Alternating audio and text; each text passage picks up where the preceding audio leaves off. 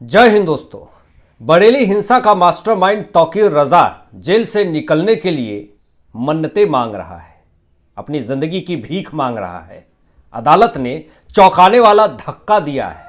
अनंत कारावास पे बड़ी खबर आई है तौकीर रजा को लेकर के, जो कोर्ट ने सख्त सजा सुनाई है। बताएंगे पूरी खबर क्या है, लेकिन तौकीर रजा के ऊपर जो आरोप लगा है, बरेली हिंसा का मास्टरमाइंड का आरोप लगा हुआ है और तौकीर रजा के खिलाफ कोर्ट में सबूत भी पेश कर दिए गए हैं, जिस पर पूरी तरीके से गौर भी किया गया। एक भी सबूत ऐसा पेश नहीं किया गया जिससे तौकीर रजा बेगुनाह साबित हो सकते थे। और कोर्ट ने ऐसी लतार लगाई, झटका पहले दिया कि तौकीर रजा को फिर से जेल हो गई, न्यायिक हिरासत बढ़ गई। बड़ी खबर। और 14 दिन की बड़ी जेल हो गई कि अब आपको 14 दिन तक जेल के सलाखों के पीछे ही रहना है। न्यायिक हिरासत जैसे जैसे बढ़ रही है, वैसे वैसे तौकीर रजा की टेंशन भी बढ़ रही है। बड़ी खबर दोस्तों ये आती है कि तौकीर रजा ने मन्नतें मांगी थी कि जेल से मैं जब निकल जाऊंगा तो खुदा के दरबार में जाकर के सिर टेकूंगा। लेकिन जेल से निकलने की बात तो छोड़ दीजिए, बड़ी उम्मीदें थी कि मैं फिजिकली तौर पे कोर्ट के अंदर जाऊं और अपने बातें कहूं कि मैं बिल्कुल ही बेगुनाह हूं, मैं बरेली हिंसा का मास्टरमाइंड नहीं हूं। लेकिन कोर्ट ने इनको यह कहा कि आप अगर फिजिकली तौर पे कोर्ट में उपस्थित होते हैं तो जो आपके समर्थक हैं वो कहीं फिर से हिंसा ना भड़का दे। तो इसको लेकर के वीडियो कॉल से कोर्ट में इनकी पेशी हुई और बरेली बवाल जो केस चल रहा है, इस पर एक बड़ी खबर सामने आती है कि अगली सुनवाई जो है वो 26 नवंबर को होगी। यानी 26 नवंबर तक जेल के सलाखों के पीछे रहेंगे तौकीर रजा। अनंत कारावास पे ये सख्त लतार है, सख्त सजा है बरेली हिंसा मास्टरमाइंड तौकीर रजा के लिए।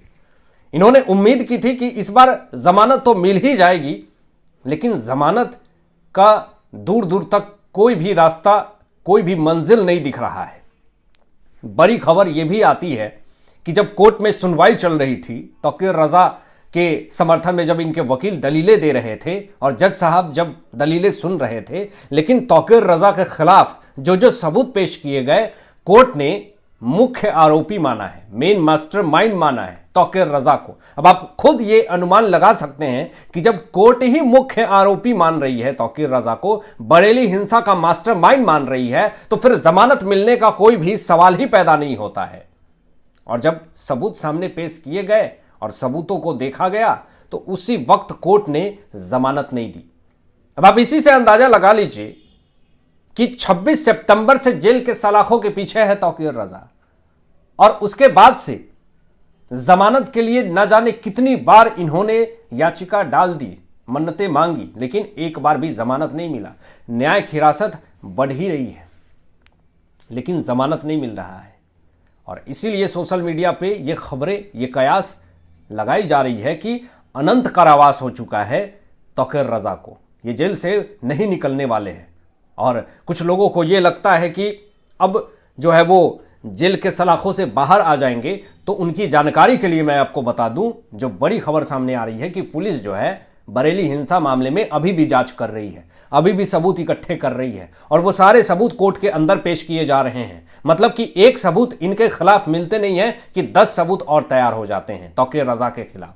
अब एक केस में अगर इनको बरी कर भी दिया जाता है, किसी सबूत को ये झुठला भी दे, लेकिन पीछे से 10 सबूत और तैयार कर ले रही है योगी पुलिस। अब इसी को लेकर के तौकीर रजा को जमानत मिल पाना बड़ा मुश्किल है, और इसीलिए लोग अनुमान लगा रहे हैं कि अनंत कारावास तो तय है तौकीर रजा को। मामला काफी ज्यादा संवेदनशील बना हुआ है, जनता में काफी ज्यादा चर्चा जो है वो तेज है तौकीर रजा की जमानत को लेकर के। इनके समर्थन में काफी ज्यादा चर्चाएं तेज चल रही है कि आखिर कब तौकीर रजा जो है वो बाहर निकलेंगे और फिर से लोगों को भड़काएंगे और हिंसा फैलाएंगे।